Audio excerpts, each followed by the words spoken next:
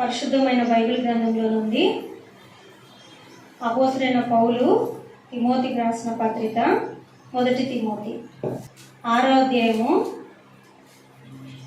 9-10 వచనాలు ఏమనుందమ్మా ఇక్కడ?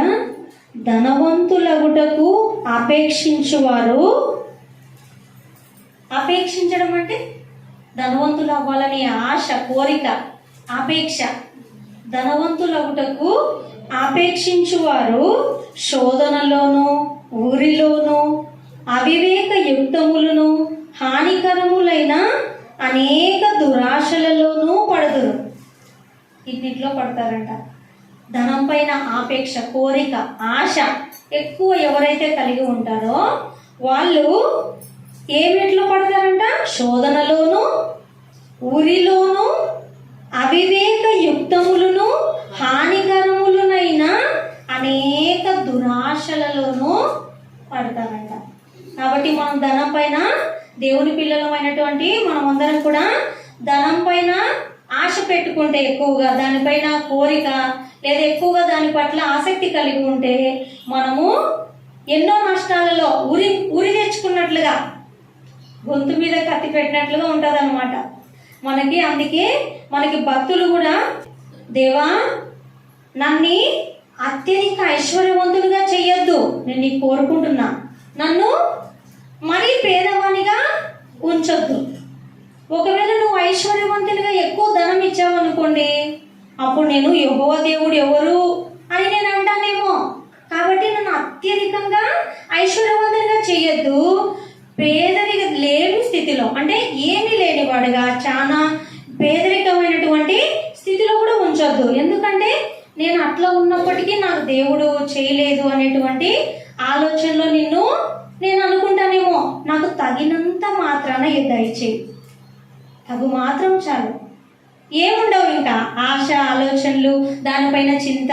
ఎక్కువ ధనం ఉన్న వారికి కూడా ఆయాసనే, ప్రయాసనే, ఎక్కడ కూడిపెట్టుకోవాలి, ఏం చెయ్యాలి, ఇంకా వాళ్ళకి ఆలోచనలు, నిద్ర కూడా సరిగా పట్టదమ్మా. ఏమీ లేని వాడిని, ఒక గుడిసెలో ఉండేవాడిని చాలా వాళ్ళ కడుపుకు ఉన్నంతలో తింటారు, వాళ్ళు నైట్ అయిన వెంటనే చాలా చక్కగా వాళ్ళు కష్టం చేసినంత శరీరం అలసిపోయి చక్కగా పడుకుంటారు. వాళ్ళకి ఎటువంటి ఆలోచనలు ఉండవు. మళ్ళీ రేపు కష్టపడతారు, తింటారు, ఉంటారు. అదే ధనం ఉన్న వాళ్ళని చూడండి, వాళ్ళకు నిద్ర కూడా సరిగా పట్టదు. వాళ్ళు చేసే ఆలోచనలు బట్టి వాళ్ళ శరీరానికి కూడా అనారోగ్యకరమైనటువంటి పరిస్థితులే వస్తుంటాయి. వాళ్ళకు ఒక ఉరిగా ఉంటుందంట, వాళ్ళు శోధనలో ఉంటారంట, వాళ్ళకి ఎక్కువ దురాశలలో కూడా పడతారని దేవుని వాక్యం మనకి స్పష్టంగా మాట్లాడుతుంది. కాబట్టి దేవుని పిల్లలమైన మనమందరం కూడా దేనిపైన ఎక్కువ కోరిక పెట్టుకోకూడదు? ధనం పైన. దేవుని వాక్యం చాలా చోట్ల మనకు చెప్తూ ఉంటుంది, ధనమును నమ్ముకుని వాడు ఏమవుతాడమ్మా? పాడైపోతాడు. ధనమును నమ్ముకుని వాడు పాడైపోతాడు. అంతేకాకుండా సమస్త కీడులకు మూలమంట ధనం. ఎన్నో కీడులు మనకి జరగాలంటే అది ఒక మూలమైనటువంటిది ధనము.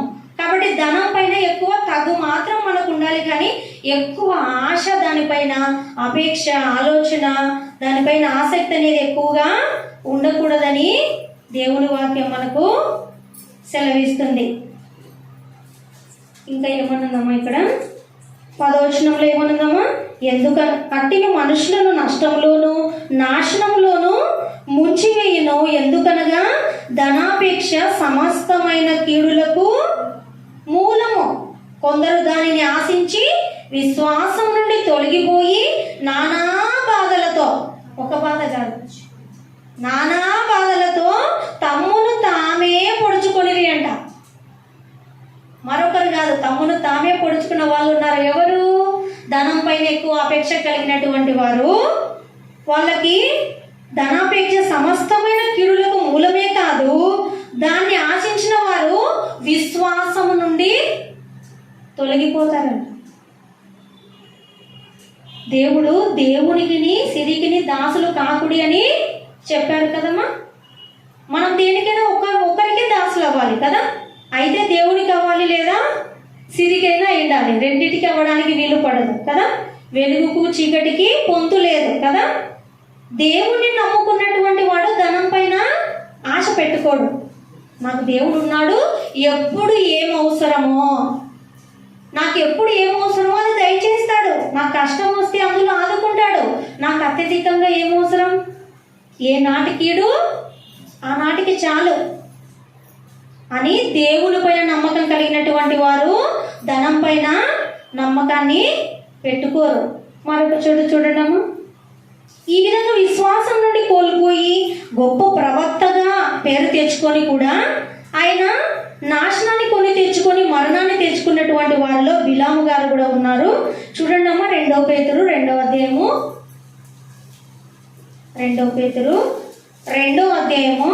15-16 వచనాలు. తిన్నని మార్గమును విడిచి బెయేరు కుమారుడైన బిలాము పోయిన మార్గమును బట్టి త్రోవ తప్పిపోయిరి. ఆ బిలాము దుర్నీతి వలన కలుగు బహుమానమును ప్రేమించెను. అయితే తాను చేసిన అతిక్రమము నిమిత్తము అతడు గద్దింపబడెను. ఎట్లా గద్దింపబడినాడో చూడటము, ఎట్లనగా నోరు లేని గార్ధవము మానవ స్వరముతో మాట్లాడి ఆ ప్రవక్త యొక్క వెర్రితనము అడ్డగించెను. బిలాము కూర్చున్నటువంటి విషయమమ్మా, ఆయన సరైనటువంటి మార్గాన్ని విడిచాడంట. దేన్ని బట్టి అంటే దుర్నీతి వలన కలిగిన బహుమానం. ఆయన కొన్ని బహుమానాలు ఇస్తుంటే ఆయన దేవుని మార్గం నుండి తప్పిపోయాడు. ఆయనే బిలాము. ఈయన గురించి మనకు స్పష్టంగా కొంతమందికి తెలిసి ఉంటుంది. మరొకసారి చదివినట్లయితే సంఖ్యాకాండము 22వ అధ్యాయంలో ఈయన గురించి మనకి క్లుప్త వివరణ ఉంటుంది. ఒకసారి అక్కడక్కడ మనకి కొన్ని విషయాల కొరకు చదువుదాము. 22వ అధ్యాయంలో మొత్తం మనం చదివినట్లయితే ఇక్కడ మోయాబీయుల రాజు అయినటువంటి బాలాకు రాజు, ఈయన ప్రవక్త కదా. బిలాము ఎవరమ్మా? ప్రవక్త అయినటువంటి ఈయనకు ఒక వరం ఉంది. ఏంటిదంటే ఈయన ఎవరిని ఆశీర్వదిస్తే వాళ్ళు ఆశీర్వదించబడతారు, ఎవరిని ఈయన శపిస్తే వాళ్ళు శపించబడతారంట. బిలాముకు ఆ వరం ఉంది. కాబట్టి ఈ వరం ఉందని ఎరిగినటువంటి మోయాబు రాజు, ఇశ్రాయేలీయులు మోయాబు దేశంలో ఉన్న ప్రజలందరినీ స్వాధీనం చేసుకుంటారు. ఇశ్రాయేలీయులు అంటే అప్పటికే యుద్ధంలో ఆరితీరిన వాళ్ళంటేనే వణుకు. అన్య దేశం కదమ్మా మోయాబీలు అంటే అన్యులు. ఇశ్రాయేలీయులు అంటే దేవుని ప్రజలంటే వేరే దేశస్తులకి వణుకు. అమ్మో, వాళ్ళు వాళ్ళతో మనం యుద్ధం ఆడి గెలవలేము. వాళ్ళ దేవుడు గొప్ప దేవుడు కాబట్టి వాళ్ళతో మనం గెలవలేము. కాబట్టి మనం ఏం చేద్దామంటే, బిలాము అనే ఒక ప్రవక్త ఉన్నాడు వాళ్ళ పక్షాన, ఆయన దగ్గరికి వెళ్ళి మనము కొన్ని బహుమానాలు ఇచ్చి ఆయనకి ఆ ఒక్క ఇశ్రాయేలీయుల ప్రజలని శపించమని అడుగుదాం. మనం ఏం చెప్తే అది జరగాలి. ఆయనకు ఆ వరం ఉంది కదా బిలాము యొక్క ప్రవక్తకి. ఆ బిలాము గారి దగ్గరికి వెళ్ళి మనం కొన్ని బహుమానాలు ఇచ్చి ఆయనతో ఏం చేద్దాము, మనం వీళ్ళతో ఓడిపోతాం కాబట్టి వాళ్ళని శపించమని మనం కోరుకుందామని బాలాకు రాజు బిలాము గారి దగ్గరికి వెళ్తారు. అయితే ఈ స్టోరీ అంతట్లోనూ బిలాము గారు దేవుని సంబంధించిన వ్యక్తి కదా. ఈ విధంగా ధనం ఇచ్చి అడుగుతున్నప్పుడు ఆయన దేవుని పర్మిషన్ కొరకు అడుగుతాడు అనమాట. దేవుని ఏమని అడుగుతారంటే, ఈ విధంగా బాలాకు రాజు ఇశ్రాయేలు ప్రజల్ని శపించమని అడుగుతున్నారు దేవా, నేను ఏం చేయాలి అని దేవుణ్ణి అనుమతి కోరుతాడు. దేవుడు ఒప్పుకుంటాడా? దేవుని ప్రజల్ని శపించేందుకు దేవుడు ఒప్పుకుంటాడా? ఒప్పుకోడు కదా. కాబట్టి అంటాడు దేవుడు, వద్దు, నువ్వు అలాగ చెయ్యొద్దు అంటాడు. ఈయనకి ఆ బహుమానాల పైన ఆశతో మళ్ళీ దేవుణ్ణి అడుగుతారనమాట. రెండోసారి కూడా, దేవా ఇలా అడుగుతున్నారు, నేను ఇలా చేదునా అని దేవుణ్ణి ఒక 3 సార్లు అడుగుతారనమాట. రెండోసారి కూడా దేవుడు వద్దు అంటారు. మూడోసారి మళ్ళీ అడుగుతారు. ఎవరు? బిలాము దేవునితో అడిగితే దేవుడు అంటాడు, అయితే నువ్వు వెళ్ళు, నేను ఏం చెప్తే అదే చెప్పు అంటారు. ఆ మోయాబు దేశపు రాజు అయినటువంటి బాలాకు రాజు ఏం చెప్తాడో అది నువ్వు చెప్పొద్దు, నేను ఏం చెప్తానో నీ నోట ఏం ఉంచుతానో ఆ మాటనే నువ్వు చెప్పాలి అని అంటాడు. సరే అని బయలుదేరుతుంటాడు. ఎవరు? బిలాం కొంతమంది తన సేవకులను తీసుకొని గాడిదనెక్కి వెళ్తూ ఉంటాడు. 27వ వచనం, 27వ వచనం చూడండి అమ్మా. గాడిద యెహోవా దూతను చూచి బిలాముతో కూడా క్రింద కూలబడెను కనుక బిలాము కోపము మండి తన చేతి కర్రతో గాడిదను కొట్టెను. అప్పుడు యెహోవా ఆ గాడిదకు వాక్కునిచ్చెను గనుక అది, నీవు నన్ను ముమ్మారు కొట్టితివి, నేను నిన్నేమి చేసి తినని బిలాముతో అనగా. ఇక్కడున్న సందర్భానికి వెళ్తూ ఉంటే దేవుడు తన దూతల్ని, సంహారపు దూతల్ని కావలి ఉంచి ఎదురు వెళ్తాడనమాట. ఎవరికంటే బిలాము గారికి దేవుడు ఆ దూతల్ని ఉంచినప్పుడు గాడిదకైతే కనపడుతుంది, కానీ ఆ సంహారపు దూత బిలాము గారికి అయితే కనపడదు అనమాట. ఏంటి నీ గాడిద ముందుకు తోలుతుంటే మళ్ళీ వెనక్కి తిరుగుతుంది, నేను ముందుకు కొడుతున్నాడు గాడిదని, ఎంత కొట్టినా 3 సార్లు కొట్టించుకుంటుంది, కానీ గాడిద ముందుకు అడిగేయట్లేదు. ఎందుకని? దేవుని చిత్తం అది కాదు, సంహారపు దూత ఉంది అక్కడ, కత్తి పట్టుకొని సంహారపు దూత ఉంది. బిలాము చేసేటువంటి అక్రమాన్ని ఎదుర్కోవడానికి దేవుడు దూతను కావలి ఉంచి ఈ యొక్క గాడిద నోరు తెరిచి మాట్లాడుతుంది అనమాట. ఇక్కడ చూడండి అమ్మా, కిందికి చదువుకుంటూ వెళ్తే, బిలాము, నీవు నా మీద తిరగబడితివి, నా చేత ఖడ్గమున్న ఎడల నిన్ను చంపి ఉందునని గాడిదతో అనెను. అందుకు గాడిద, నేను నీ దాననైనది మొదలుకొని, నా దగ్గర కత్తి ఉంటే నేను చంపుతుంటే గాడిద, నేను వెళ్ళమంటే వెళ్ళవాను, నేను ఎటు చెప్తే అట్లా వెళ్ళాలి కదా నువ్వు అని అంటున్నాడు. గాడిద ఏమంటుందంటే చూడండి ఒకసారి, ఇప్పుడు నోరు తెరిచి మాట్లాడుతుంది, నేను నీ దాననైనది మొదలుకొని నేటి వరకు నీవు ఎక్కుచూ వచ్చిన నీ గాడిదను కానా? నేను నేటి వరకు నువ్వు ఎక్కుతున్నావు, దిగుతున్నావు, ఎన్నోసార్లు నీ మాట విన్నా కదా, ఇప్పుడు ఒక్కటే నీ మాట వినకుండా నేను ఎందుకు ముందడిగేయట్లేదు? ఆలోచించవా?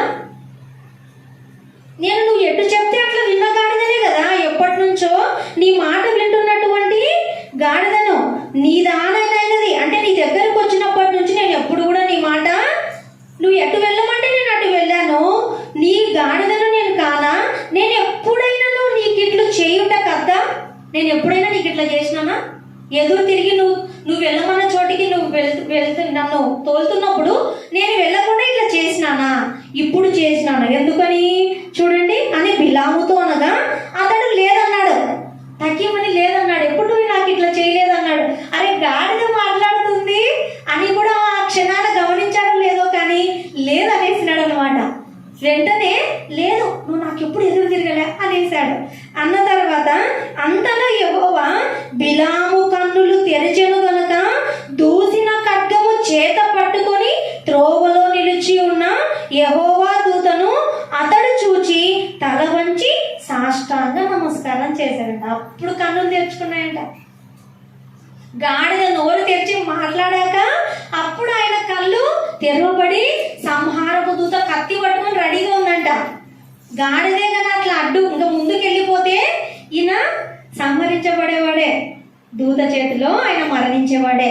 కానీ గాడిద ముందుకు వెళ్ళినందుకు ఆయన నోరు తెరిచి మాట్లాడేందుకు ఈయన కన్నులు తెరవబడి ఆ ఒక్క దూత అప్పుడు ఆయన కన్నులతో చూశాడంట. చూసి ఆ తర్వాత బిలాము కన్నులు తెరిచాడు కనుక దూసిన ఖడ్గము చేత పట్టుకొని త్రోవలో నిలుచున్న యెహోవా దూతను అతడు చూచి తల వంచి సాష్టాంగ నమస్కారం చేయగా యెహోవా దూత, ఈ ముమ్మారు నీ గాడిదను నీవేళ కొట్టితివి? 3 సార్లు గాడిదను కొట్టావు, ఎందుకు కొట్టినావు అని దూత అంటుంది. ఇదిగో నా ఎదుట నీ నడత విపరీతమైనది కనుక నేను నీకు విరోధినై బయలుదేరి వచ్చి తిని ఆ గాడిద నన్ను చూచి ఈ ముమ్మారు నా ఎదుట నుండి తొలగెను. అది నా ఎదుట నుండి తొలగని ఎడల నిశ్చయముగా నేను అప్పుడే నిన్ను చంపి దాని ప్రాణమును రక్షించి ఉందును అని అతనితో చెప్పెను. అందుకు బిలాము, నేను పాపం చేసి తిని నీవు నాకు ఎదురుగా త్రోవలో నిలుచుట నాకు తెలిసినది కాదు. కాబట్టి ఈ పని నీ దృష్టికి చెడ్డదైతే నేను వెనుకకు వెళ్ళదనని యెహోవా దూతతో చెప్పగా, యెహోవా దూత, నీవు ఆ మనుషులతో కూడా వెళ్ళుము. అయితే నేను నీతో చెప్పు మాటయే కానీ మరేమియూ పలకకూడదని బిలాముతో చెప్పెను. ఆయన ధనమును ఆశించి ఆయనకు బహుమానాలు ఇస్తారమ్మ. వాళ్ళు సైడ్ నుంచి వచ్చి 22:7 ఉంటుంది. కాబట్టి మోయాబు పెద్దలను మిద్యాను పెద్దలను సోదె సొమ్మును చేత పట్టుకొని బిలాము వద్దకు వచ్చి బాలాకు మాటలను అతనితో చెప్పగా, కొంత సొమ్ము తీసుకొచ్చినాడు బిలాము గారి దగ్గరికి. నువ్వు మేము చెప్పినట్టు శపించు ఇశ్రాయేల్ ప్రజల్ని, అప్పుడు వాళ్ళు మా చేతిలో ఓడిపోతారు అని కొంత సొమ్ము తెచ్చినప్పుడు బిలాము గారు ఆ సొమ్ముకు ఆశపడి ఇదంతా చేస్తాడనమాట. వెళ్తూ ఉంటాడు, దేవుడు చెప్పినప్పుడే వెళ్తాడు. సరే తండ్రి, నేను నువ్వు చెప్పినట్టుగానే పలుకుతా అక్కడ అని ఒప్పుకొని వెళ్తాడు. అక్కడికి వెళ్ళిన తర్వాత కూడా ఆ బాలాకు రాజు ఆశ్చర్యపోతాడు. బాలాకు రాజు ఏం చెప్పాడు? శపించమన్నాడు ఇశ్రాయేల్ని. కానీ ఈయన అక్కడికి వెళ్ళి 3 సార్లు ఏం చెప్తాడంటే ఇశ్రాయేలీయులను ఆశీర్వదించేటువంటి మాటనే మాట్లాడతారు. బిలాము దేవుడు చెప్పిన ఆ ఒక దేవుడు ఏ నోటి మాట పెడతాడో తన నోటిలో, ఆ మాట ప్రకారముగా ఆ ఇశ్రాయేలు ప్రజల్ని ఆశీర్వదిస్తాడు కానీ శపించాడు. 3 సార్లు ఆశీర్వదించాడు. మరి మనకి డౌట్ రావచ్చు, మరి నా ధనాన్ని ఆశించిన దేవుడి పని కరెక్ట్గా దేవుడు చెప్పిన మాటనే చెప్పాడు కదా, శపించలేదు కదా దేవుని ప్రజల్ని.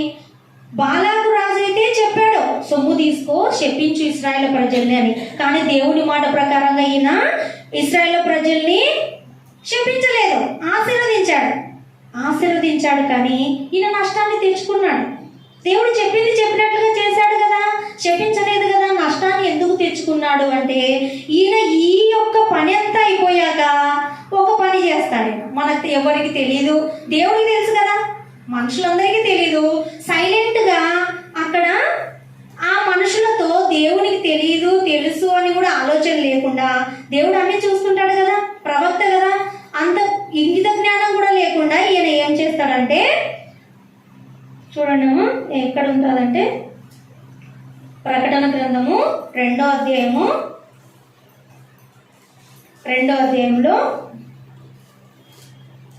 14వ వచనం. 2:14 అయినను నేను నీ మీద కొన్ని తప్పిదములు మోపవలసి ఉన్నది. అవేవనగా విగ్రహములకు బలి ఇచ్చిన వాటిని తినునట్లును, జారత్వము చేయునట్లును, ఇశ్రాయేలీయులకు ఉరి ఒడ్డుమని బాలాకునకు నేర్పిన బిలాము బోధన అనుసరించు వారు నీలో ఉన్నారు. ఏమన్నాము ఇక్కడ? దేవుడు చెప్పినట్లుగా అయితే ఆశీర్వదించాడు ప్రజల్ని. అక్కడి వరకు ఓకే, దేవుడు చెప్పిన మాట ప్రకారంగా ఉన్నాడు. అయితే ఈయన ధనాన్ని తీసుకున్నాడు కదా వాళ్ళ దగ్గర నుంచి, దోపుడు సొమ్ముని తీసుకున్నాడు. కాబట్టి ఆయన వాళ్ళకి ఏం నేర్పించాడంట? దుర్బోధ. నేను మీ మీద కొన్ని తప్పిదములు మోపుచున్నానని దేవుడు అంటున్నాడు అనమాట. ఇక్కడ బిలాము గారి మీద కొన్ని నేరాలు ఉన్నాయి. అవి ఏంటివంటే విగ్రహాలకు బలి ఇచ్చిన వాటిని తినండి అని చెప్పాడంట. బోధ చెప్పొచ్చు, అట్లా చెప్పకూడదు కదా. దేవుని పక్షాన ఉన్నటువంటి వ్యక్తి బలి ఇచ్చినటువంటి వాటిని తినొచ్చు అని చెప్పకూడదు కదా, చెప్పాడంట బిలాము. ఆ వ్యక్తి ఈయన బిలాము ప్రవక్త మోయాబు రాజు అయినటువంటి బాలాకు ఆ దేశంలో ఉన్నటువంటి ప్రజలకి ఒక బోధ చేశాడంట. ఏం బోధ? విగ్రహాలకు బలి ఇచ్చిన వాటిని తినండి. ఇంకా ఏం చేయమన్నాడు? జారత్వం చేయునట్లును, ఇశ్రాయేలులకు ఉరి ఒడ్డుమని బాలాకునకు నేర్పిన బిలాము బోధ. ఇవి నేర్పించి వచ్చినాడంట. నేనైతే మిమ్మల్ని శపించాను అనుకోండి, నా దేవుడు నన్ను శపిస్తాడు కదా అని సైలెంట్గా వాళ్ళకి ఏం బోధ చేశాడంట? ధనాన్ని ఆశించి మీరు విగ్రహాలకు ఇచ్చినవి తినండి, మీరు జారత్వం జరుగునట్లుగా మీలో మీ ప్రజలలో ఉన్నటువంటి కొంతమంది స్త్రీలు ఉంటారు కదా, వాళ్ళని ఇశ్రాయేలుల వైపుకి పంపించండి. వాళ్ళు ఆ విధంగా మీ వైపుగా, అంటే మీరు వాళ్ళని ఓడించడానికి ఈ విధంగా జారత్వం జరుగునట్లుగా చేయండి అని వాళ్ళకి దుర్బోధ. వీళ్ళలో ఉన్నటువంటి కొంతమంది స్త్రీలను ఇశ్రాయేలు ప్రజలే పంపించారనుకోండి, అక్కడ వాళ్ళ బలము బలహీనతలు తెలుసుకుంటారు కదా వాళ్ళు. ఆ విధంగా ఓడించండి అని దుర్బోధ చేశాడంట. అది దేవుడు పసిగట్టాడు. ఆయన చేసిన బోధ పసిగట్టాడు కాబట్టి సంఖ్యాకాండం 3:31-8 చూడండి అమ్మ ఒకసారి. సంఖ్యాకాండం 31:8 ఏమనుంది అక్కడ?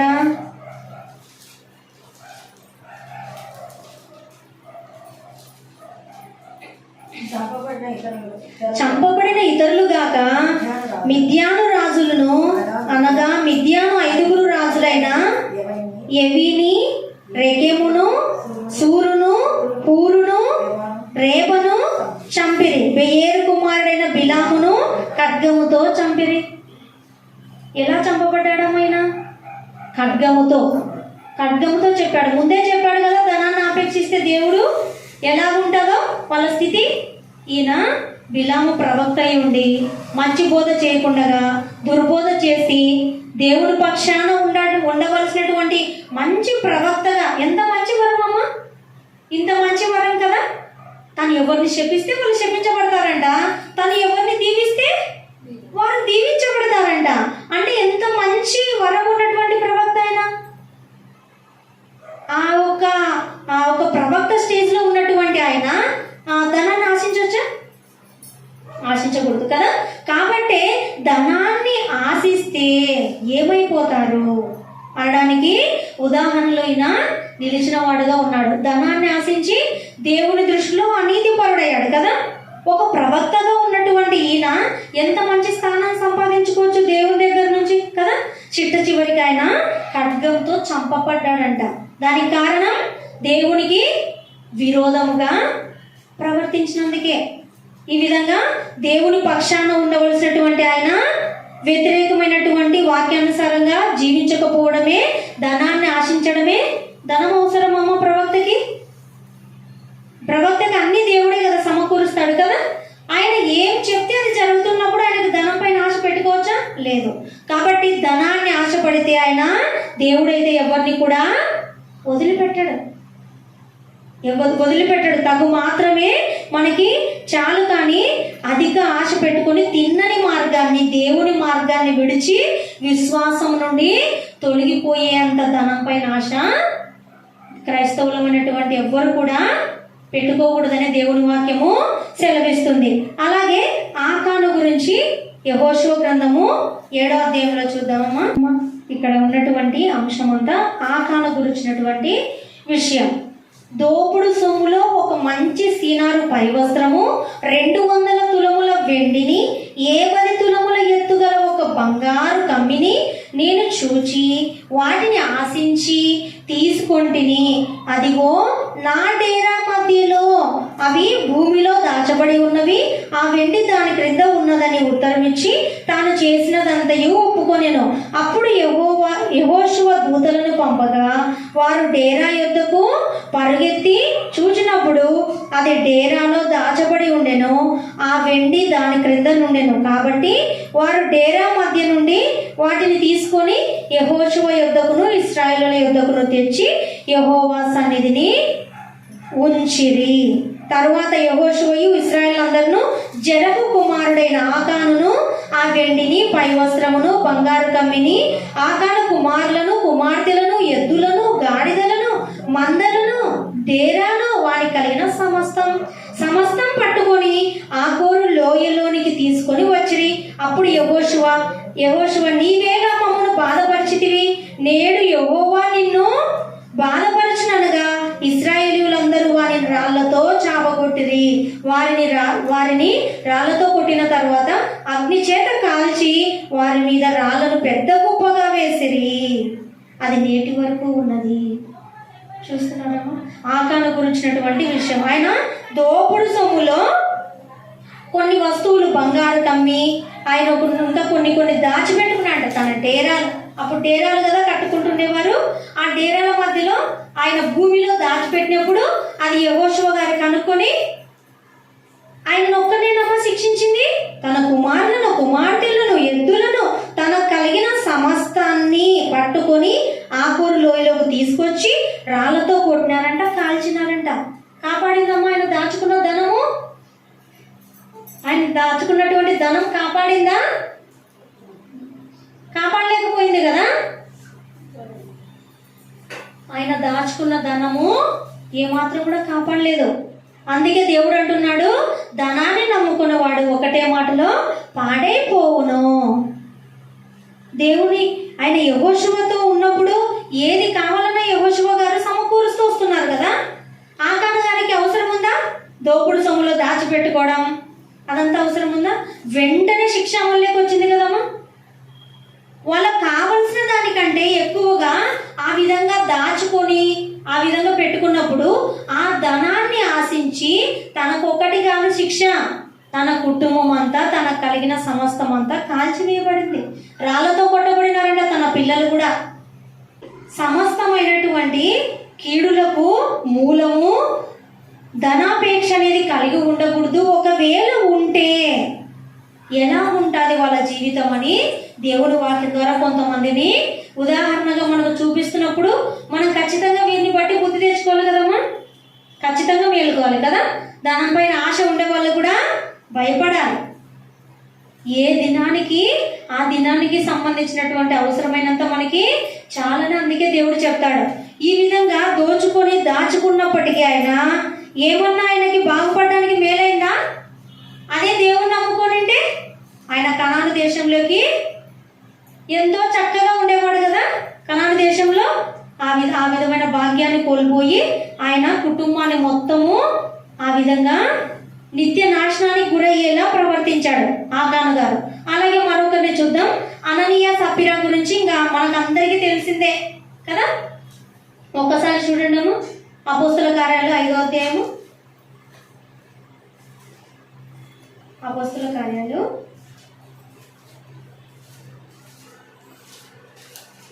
5వ అధ్యాయంలో ఇక్కడ 1 నుండి 10 వచనాలు చదివితే వాళ్ళు అననీయ సప్పీరా అనేటువంటిది ఒక భార్యాభర్తలు కదా, ఒక జంట కదా.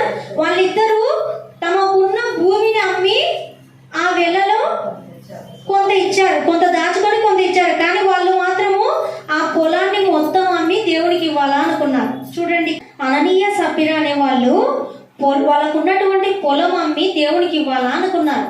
వాళ్ళు అనుకున్నారు, దేవుడేం అడగలేదు. వాళ్ళు అనుకోకుండా దేవుడేం అడిగేవాడు కాదు. వాళ్ళ మనసులో ఒకటి అనుకున్నారు. అనుకున్నప్పుడు దాన్ని నెరవేర్చాలి కదా. వాళ్ళు అప్పుడు ఏమనుకొని ఉండొచ్చు బహుశా అంటే అది తక్కువ అమౌంట్కు పోయేదేమో బహుశా. అది ఎంత వస్తుందిలే అది ఇచ్చేద్దాం అనుకుని ఉంటారు బహుశా. వాళ్ళకి కొద్దిగా ఎక్కువ అమౌంట్ వచ్చేలోపు కొంత మనం పెట్టుకుందాం, కొంత దేవునికి ఇద్దామని ఆశ వచ్చింది వాళ్ళకి.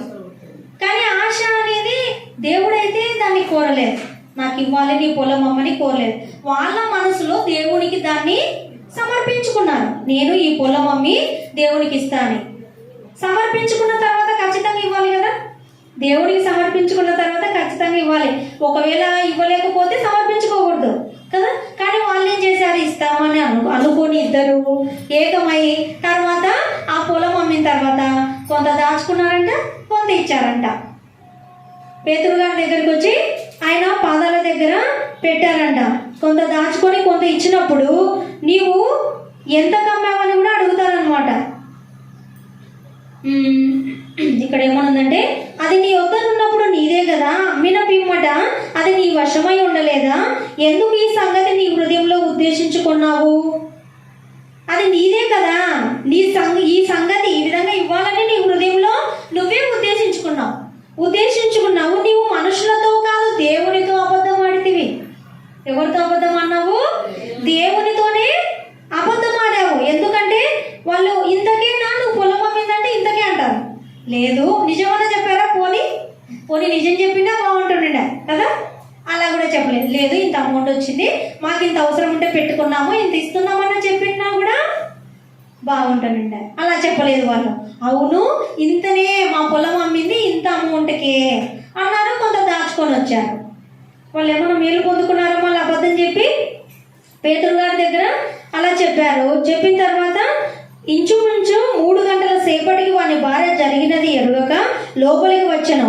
అప్పుడు పేతురు, మీరు ఆ భూమికి ఇంతకే అమ్మితిరా? నాతో చెప్పుమని ఆమెను అడిగాను. అందుకు ఆమె, అవును ఇంతకే ప్రభు యొక్క ఆత్మను శోధించుటకు మీరు ఎందుకు ఏకీభవించితిరి? ఇదిగో నీ పెనిమిటిని పాతిపెట్టిన వారి పాదములు వాకిటనే ఉన్నవి, వారు నిన్నును మోసుకొని పోదురని ఆమెతో చెప్పాను. చూడండి ఎంత పని. ఫస్ట్ భర్త చెప్పినారు, భర్త చెప్పిన వెంటనే ఆయన మరణించారు. ఆ విషయం ఈమెకు తెలియక వచ్చి ఆమె కూడా అలాగే చెప్పేస్తారు. ఎందుకంటే ఇద్దరు మాట్లాడుకొని వచ్చారు కదా, ఇంతకని చెప్దామని అలా చెప్పేశారు. ఇద్దరు మరణించారు. అప్పుడే ఆ మాట చెప్పిన వెంటనే చనిపోయారమ్మ. దేన్ని బట్టి అమ్మ ఇదంతా? దేన్ని బట్టి ప్రాణాల మీదకి తెచ్చుకున్నారు? అందుకే ఉరి అన్నాడు దేవుడు. మీరు ఉరిలో పడతారు, శోధనలో పడతారు, నానా బాధలు పడతారు, ధనాన్ని నమ్ముకోవద్దు. దేవుణ్ణి నమ్ముకున్న వాడు ఎవరైనా పాడైపోయారమ్మా? హిస్టరీలో ఎవరైనా? దేవుణ్ణి నమ్ముకున్న వాళ్ళకి అన్ని ఆశీర్వాదాలే. వాళ్ళు ఊహించలేనంతగా ఆశీర్వాదాలు ఊహించలేరు. వాళ్ళ మైండ్లో కూడా ఊహించలేరు నేను ఇంతగా దీవించబడతానా అని. అన్ని దీవెనలు ఇచ్చే దేవుడు మనకుండగా ధనాన్ని ఆశించాల్సిన అవసరం ఉందా మనకి? లేనే లేదు. మనకి ఎప్పుడు ఏం అవసరమో దేవుడికి తెలుసు. అందుకే దేవుడు అన్నాడు, ఆకాశ పక్షులను చూడండి, అవి విత్తవు కోయవు కదా, మనమన్నా విత్తుతున్నాం, కోస్తున్నాం, పంట పండుతుంది. మనకి ఇంట్లో సంవత్సరానికి సరిపడా లేదా నెలకు సరిపడా రైస్ కూడా ఉంటాయి. అయినా మనము బాధపడచ్చా? అవి విత్తవు కొయ్యవు, రేపటికి ఆహారం ఉంటుందో తెలీదు, ఉండదో తెలీదు, కానీ వారికి దొరుకుతుందో తెలీదు, దొరకదో తెలీదు, పస్తుంటాయో తెలీదు. అవి ఏమన్నా ఆలోచిస్తాయో రేపటి గురించి? వాటిలాగే చింతించకుండా ఉండమంటున్నాడు దేవుడు మనకు. మన జీవితం ఏ పాటిదమో ఒక్కసారి ఆలోచించండి. మన జీవితం ఏ పాటిది? అంతలో కనబడి అంతలో మాయమైపోయే ఆవిరి వంటిది, నీటి బుడగ వంటిది, అడవి పువ్వు వంటిది అని వర్ణిస్తున్నారు కదా దేవుడు కదా. ఈ దినం ఉంటాం, రేపు ఉంటామో తెలియదు. గడ్డి పువ్వు ఉదయం పూస్తుంది, సాయంత్రం కల్లా ఉండదు, ఎండిపోతుంది కదా. అటువంటి జీవితం అంట మనది. ఎంతకాలం ఉంటాం ఇక్కడ? ఉన్నటువంటి ఈ కొద్ది కాలంలో మనం దేన్ని నమ్ముకొని బ్రతుకుతే మేలు? దేవుణ్ణి నమ్ముకొని బ్రతుకుతే మేలు. దేవుణ్ణి నమ్ముకొని బ్రతుకుతే ఏ క్షణాన కన్ను మూసినా ఖచ్చితంగా దేవుని రాజ్యానికి మనము వెళ్ళగలము.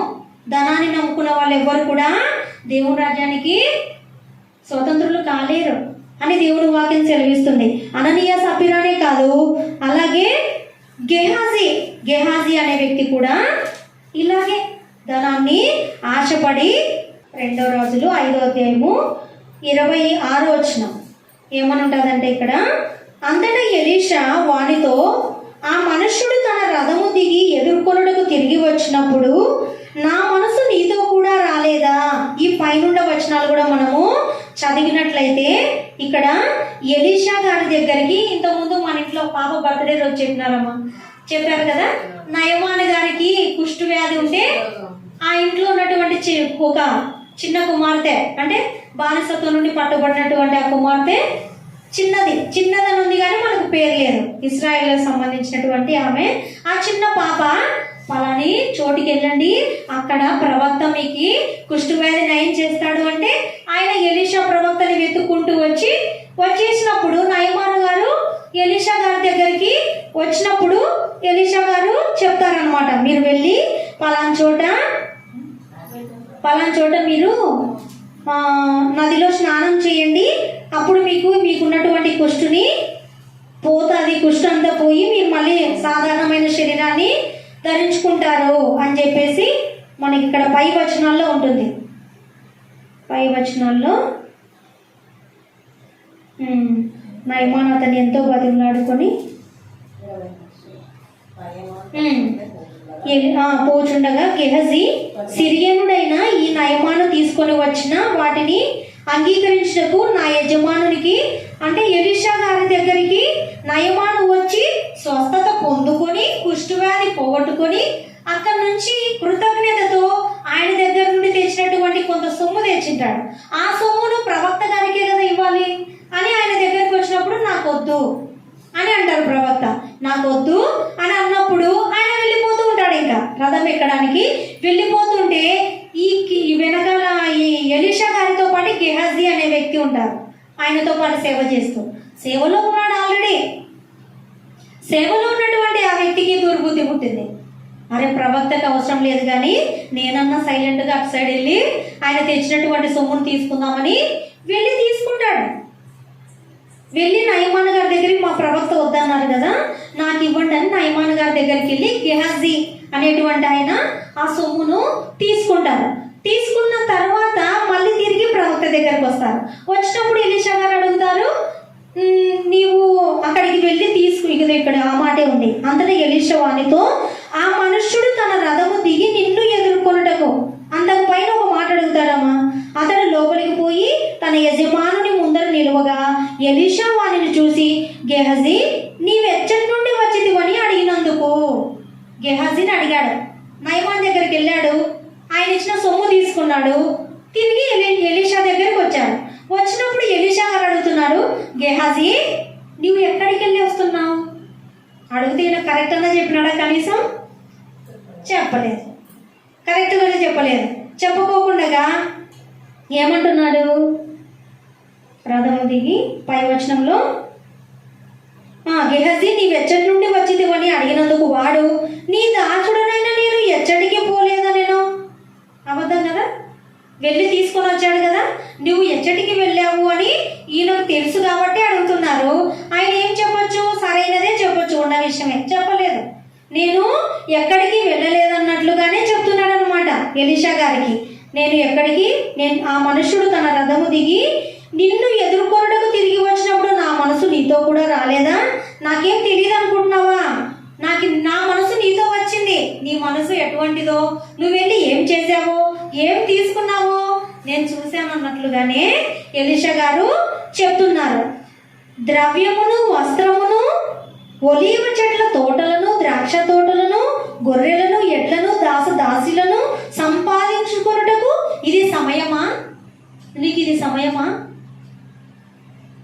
ఎలీషా ప్రవక్త వద్దు అన్నాడు. తనకి ఇచ్చేటువంటి ఏవి కూడా, ఇప్పుడు నువ్వు ఇవన్నీ సంపాదించుకోవాలని ఆయన దగ్గర తీసుకోవాలని వెళ్ళావు కదా, ఇది నీకు సమయమా తీసుకొనుటకు అని అడిగాడు అనమాట. తర్వాత కాబట్టి నయమాను కలిగిన కుష్టు నీకును నీ సంతతికి సర్వకాలము అంటియుండును అని చెప్పగా, వాడు మంచు వలె తెల్లనైన కుష్ఠము కలిగి ఎలీషా ఎదుట నుండి బయలు వెళ్ళెను. చూసారమ్మా, అతనికి ఒక్కటే కాదండి ఆ కుష్టు, నీకు నీ సంతతికి సర్వకాలము, కొంతకాలం కాదు, సర్వకాలం. చూసారమ్మా, దేవునికి ఎంత ఇష్టమైనటువంటి పను. ధనాపేక్ష కలిగి ఉంటే దేవునికి ఇంత నచ్చదు కాబట్టి అంత శిక్ష వచ్చింది. అంత శిక్ష వచ్చిందంటే దేవునికి అంత విరోధమైనటువంటి క్రియ అది. ప్రవక్త వద్దు అన్నప్పుడు ఆయన దగ్గర చేసే సేవకుడు ఎలా ఉండాలి? ఆయన మాట ప్రకారంగా ఉండాలి. పోనీ తీసుకున్న తర్వాత తీసుకున్నానన్నా చెప్పాలి. నా మనసు నీతో రాలేదా, నువ్వు ఏం తీసుకున్నావో నాకు తెలియదా అని ఆయన వెంటనే ఆయనకి ఆ విధంగా కుష్టు నీకును నీ కుటుంబానికి సర్వకాలము కలుగుతుందని చెప్పారు. ఎంత నష్టం అమ్మా ఇది. ఆయన తీసుకున్న సొమ్ము ఆయన రక్షించగలిగిందా? ఆయన కుష్టును తీసేయగలిగిందా? ఆయన ధనం ఉన్నటువంటి వ్యక్తే నయమాను. ఆయన ధనంతో తొలగించుకోలేక ఎలీషా ప్రవక్త దగ్గరకు వచ్చి పోగొట్టుకొని ఆయన వెళ్తే ఆయన దగ్గర ఉన్న ధనాన్ని ఈయన తెచ్చుకొని కుష్ఠరోగం అంటించుకున్నాడు కదా. మంచిగా దేవుని సేవలో వాడబడచ్చు కదా. వాడబడకుండా ధనాన్ని ఆశించినందుకే కదా ఆ ధనాన్ని బట్టి ఆయన కీడుకుని తెచ్చుకున్నాడు. అందుకే దేవుడు ఇంతమందిని మనకు వాక్యంలో ఉదాహరణగా ఎందుకు ఉంచాడంటే, మనం కూడా ఆశించొద్దు, దేవుణ్ణి నమ్ముకోవాలి, ధనం పైన ఆశ పెట్టుకోనకూడదు అని దేవుడు వాక్యం ద్వారా కొంతమందిని ఉదాహరణగా చూపిస్తున్నాడు మనకి. అలాగే ఇష్కరియోతు యూదా గారి గురించి కూడా మనకు అందరికీ తెలుసు కదా. ప్రభువును అప్పగించాడు కదా. మత్తయి సువార్త 27వ అధ్యాయము, మత్తయి సువార్త 27వ అధ్యాయము 3వ వచనం. అప్పుడు ఆయన అప్పగించిన యూదా ఆయనకు శిక్ష విధించబడగా పశ్చాత్తాపడి 30 వెండి నాణ్యము ప్రధాన యాజకులకు పెద్దలైనప్పుడు మరలా తెచ్చి నేను నిరపరాధ రక్షణను పైనుంచి పాపం చేసిందని చెప్పాను. వారి దాంట్లో మాకేమి నువ్వే చూసుకోమని చెప్పగా అతడు ఆ వెండి నాణ్యము దేవాలయంలో పారిపోయి చూడండి ఇక్కడ ఇస్కరియోతు యూదా ఏం చేశాడు? 30 వెండి నాణెములు తీసుకొని ప్రభువుని ముద్దు పెట్టుకొని అప్పగిస్తాడు కదా. తర్వాత ఆయనకి తీసుకున్నాడు, ధనాన్ని ఆశించి ప్రభువును పట్టించాడు. తర్వాత ఆయనకి పశ్చాత్తాపం కలిగిందంట. నిరపరాధ రక్తాన్ని అప్పగించి పాపం చేసి తిని అని చెప్పాను. వారు దానితో మాకేమి, నీవే చూసుకున్నారంట. ఆయన ఆ వెండి నాణెములు తిరిగి ఇవ్వాలని దేవాలయంలో ఇవ్వాలని వాళ్ళ దగ్గరికి వెళ్తే వాళ్ళు తీసుకోలేదన్నమాట. నువ్వే ఏమన్నా చేసుకోపో అని పంపించేశారు ఇస్కరియోతు యూదాని. వాళ్ళు తీసుకోలేదు ఆ ధనాన్ని. ఈయనకు సరి ఉపయోగపడలేదు ఆ వెండి నాణాలు, ఇచ్చిన వాళ్ళు సైతం తీసుకోలేదు. ఏమైపోయింది అప్పుడు? ఆయనకి నష్టం ఏమొచ్చింది? అతడు ఆ వెండి నాణ్యములను దేవాలయంలో పారవేసి పోయి ఉరి పెట్టుకున్నాడంట. చెప్పాడు కదా దేవుడు, ధనాన్ని ఆశిస్తే ఉరి. పశ్చాత్తాపం అన్నాడు కానీ నేను అయ్యో నిరపరాధ రక్తాన్ని నేను పట్టింప చేశాను కదా ప్రభు నిర్దోషి కదా, ఆయన నేను ఆ విధంగా అప్పగించుకుంటే బాగుంటుండింది అని ఆయనకి హృదయంలో బాధ అనిపించింది కానీ దేవుని క్షమించమని అడిగి వేడుకోనంటే బాగుంటుండే కదా. ఒక క్షణం ఆలోచించి ఉరి పెట్టుకున్నందుకు ఆయన తప్పిపోయాడు, నిత్యలోకానికి వెళ్ళలేకపోయాడు. ఉరి పెట్టుకోకూడదు కదా, ఆత్మహత్య నేరం కదా. పేతురు గారు కూడా ముమ్మారు బొంకాడు కానీ ఆయన క్షమాపణ కనికరం పొందుకున్నాడు, పశ్చాత్తాపడ్డాడు, దేవుని క్షమించమని వేడుకున్నాడు. అదే విధానము ఇస్కరియోతు యూదా చేయలేకపోయాడు. ఉరిలో పడేసింది ధనాపేక్ష. ధనం అనేది, ధనం పైన ఆశ అనేది ఆయనను ఉరిలో పడేటట్లుగా తట్టుకోలేకపోయాడు అనమాట. అయ్యో నేను ఎంత నేరం చేశాను, ఎంత పాపం చేశాను అని. పాపులను రక్షించడానికే కదమ్మా ప్రభు వచ్చాడు. ఆ విషయం వింటూ ఉన్నాడు శిష్యుడిగా, కానీ ఆయనకి ఆలోచించనీయడం లేదు. అపవాది ఉరిలో పడాడు. ఎంతటి ఘోరాలమ్మ, ఎంతటి నేరాలు! కేవలం ధనాన్ని ఆశించే, మరి దేన్ని కాదు కదా. కేవలం ధనాన్ని ఆశించి పాడైపోయారు, ఉరి పెట్టుకున్నారు, తమకు తామే చంపుకున్నారు, మరణించారు, కుష్ఠరోగం తెచ్చుకున్నారు. తన ఇంటికి, తనకే కాదు తన ఇంటిల్లి పాలికి నష్టాన్ని కొని తెచ్చుకున్నారు. అందుకే దేవుని పిల్లలకి ఏమి తగదు? ధనాపేక్ష తగదు. ధనాన్ని నమ్ముకొనకూడదు, దేవుని మాత్రమే నమ్ముకునే వారంగా మనము ఉండాలి. అలాగే చివరిగా సామెతలు 11:28 చూడడం ఏమనుంది? ధనమును నమ్ముకుని వాడు పాడైపోవునంటాం, నీతిమంతులు చిగురాకు వలె ఉందురంట, వృద్ధి నొందుదురు. చిగురాకు వలె వృద్ధి నొందుతూనే ఉంటారంట. కాబట్టి ధనాన్ని నమ్ముకుంటే మనం పాడైపోతాం. కాబట్టి నీతిమంతులుగా జీవించి మనము దేవుని చేతిలో ఆశీర్వదించబడే వారంగానే ఉండాలి. మరొక లాస్ట్ రెఫరెన్స్ 1 తిమోతి 6వ అధ్యాయము 17వ. 1 తిమోతి 6:17. ఇహమందు ధనవంతులైన వారు గర్విష్ఠులు కాక అస్థిరమైన ధనమునందు నమ్మిక ఉంచక సుఖముగా అనుభవించుటకు సమస్తమును మనకు ధారాళముగా దయచేయు దేవుని యందే నమ్మిక ఉంచుడని ఆజ్ఞాపించుము. ఏం చేయాలమ్మా? ఇప్పుడు ఇంతమందిని చూసినటువంటి మనము ఏం ఆలోచించాలంటే, ఇహమందు ధనవంతులైన వారు గర్విష్ఠులు కాక, గర్విష్ఠులు ఒకవేళ మనకు దేవుడు ధనాన్ని ఇచ్చాడు, ఏమవుద్దంట? గర్విష్ఠులు కావద్దంట. మనకు ధనం ఉన్నా లేనట్టుగానే ఉండాలి, గర్వం ఉండకూడదంట. అస్థిరమైన ధనమునందు నమ్మిక ఉంచకూడదంట. మన తాత ముత్తాతలు ఉండొచ్చు, ఇంకా మనకు సంపాదించినటువంటి పెద్దలు సంపాదించిన ఆస్తి ఉండొచ్చు. మనకు ఆశ లేకపోయినా మనకు ధనం ఉందనుకో, అప్పుడు ఏం చేయాలి? గర్వించకూడదంట. గర్వించకుండా ఆ ధనం పైన నమ్మకం కూడా ఉంచుకోకూడదంట. ఎందుకని?